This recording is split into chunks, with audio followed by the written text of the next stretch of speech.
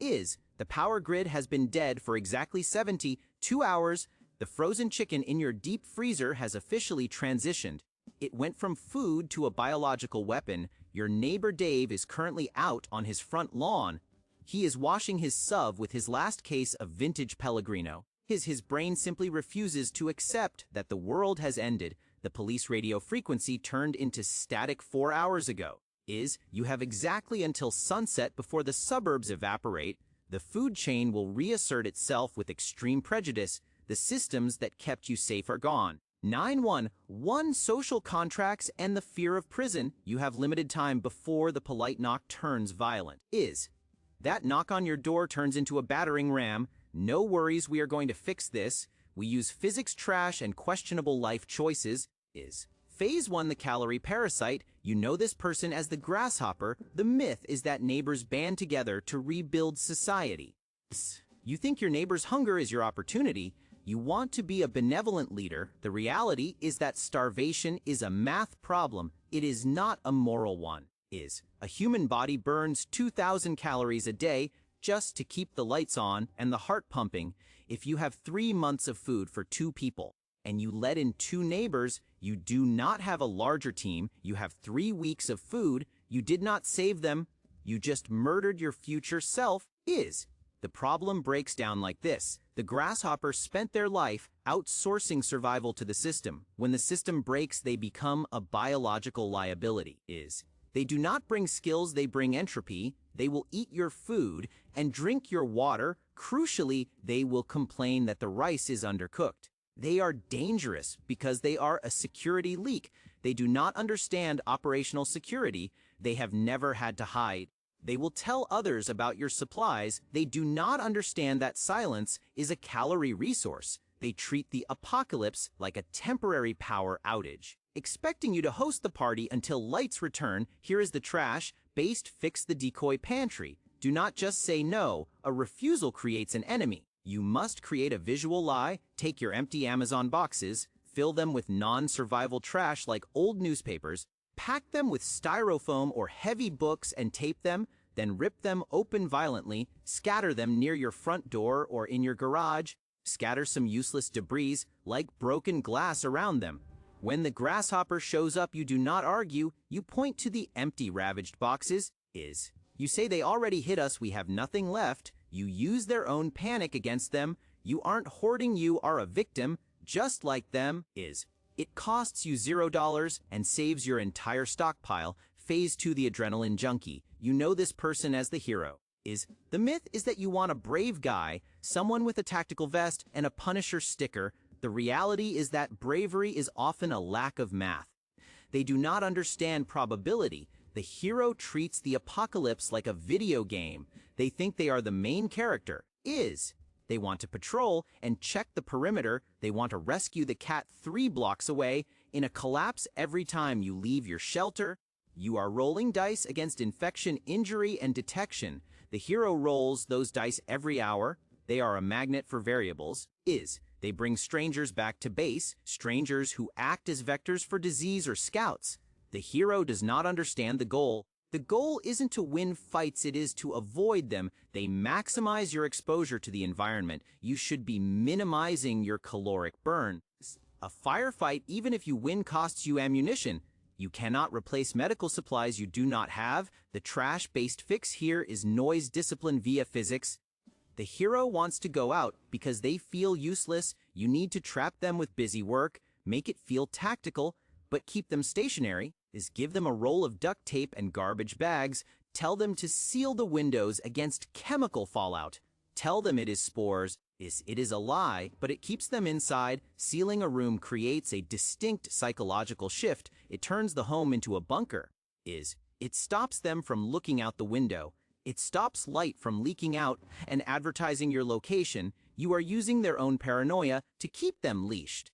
Phase 3, the little tyrant. You know this person as the bureaucrat. The myth is that we need a leader to organize.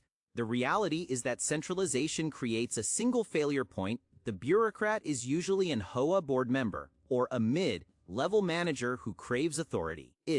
They will try to collect everyone's guns and food. They want a community stockpile at the local school. This is a death trap. A central stockpile is a massive target for large gangs. By complying, you put all your eggs in one basket, a basket that you do not control. Is. The bureaucrat creates a hierarchy where they eat first, you eat what is left, they weaponize the greater good to secure their own comfort. Is. They lack the competence to defend the stockpile, but they possess the charisma to convince everyone. The psychological fix is the gray rock method. Is. You do not fight the bureaucrat. They will label you a traitor and turn the mob. Instead, you become the most boring person in the room. You do not have supplies, you do not have skills, you have a bad back, chronic fatigue, and migraines, you act compliant but incompetent. If they ask for your food, you cry, you ask them for food, you make yourself a net negative on their spreadsheet. The bureaucrat deals in assets. Is. Make sure you look like a heavy liability. They will ignore you, which is exactly what you want. Phase 4, the information hazard. Is. You know this person as the rumor mill. The myth is that information is power, so you should talk to everyone to find out things. Is the reality is that information is a contagion. The rumor mill is the person who cannot handle silence. They roam from house to house trading gossip. Is. Did you hear the military is coming? Did you hear Bob has a generator? They seem harmless, but they are a walking sonar ping. Is. If you tell them anything you tell everyone, they do not mean to get you killed. They just trade secrets for social currency. Is. They will reveal your location to a group of looters simply because they wanted to feel important. The fix is disinformation planning. Never tell the rumor mill the truth. Feed them specific terrifying lies that benefit you. Tell them the water lines are poisoned with cholera. Is. Tell them the military is quarantining houses with light. The rumor mill will spread this fear for you. This keeps people inside their homes and away from yours. Is. You weaponize their gossip to create a perimeter of fear, reducing foot traffic without firing a shot. Phase 5, the compassion trap. Is. The myth is that you can save everyone. The reality is that empathy is a luxury of the grid. Is. When the power goes out, your biological empathy becomes a vulnerability. There is a specific type of dangerous person who isn't evil. Is. They are simply known as the dependent. This person refuses to prepare. They use emotional blackmail to survive. They will bring their children to your door. Is. They will cry, they will beg. This is the hardest danger to spot because it looks like humanity.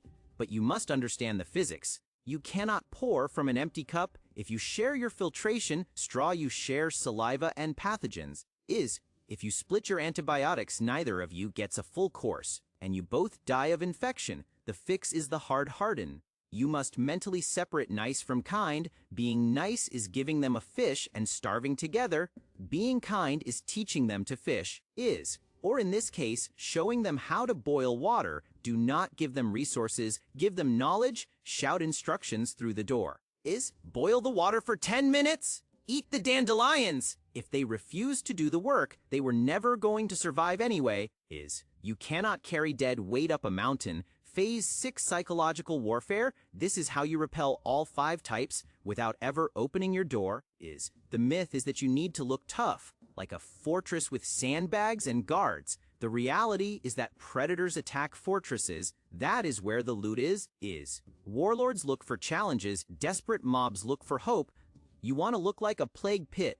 You want to look like a place where hope dies. Is. We call this the biohazard bluff. If people are knocking on doors looking for help or loot, you need a deterrent that hits their reptilian brain. Take some cooking oil and mix it with dirt. Add oatmeal and red food coloring or crushed berries. Smear it on your front step. It looks like bloody vomit. Is. Hang a sheet over your window. Spray paint sick or quarantine in shaky red letters. The science behind this is simple. Disgust overrides hunger. Even a desperate person will hesitate to enter a house that smells and looks like sickness. You are exploiting the biological imperative to avoid pathogens. Is. While your neighbors are boarding up windows, which signals valuable stuff inside, you are signaling death inside. It is the ultimate camouflage. You aren't hiding the house, you are hiding the value. The principle, survival is not about being the main character. Is.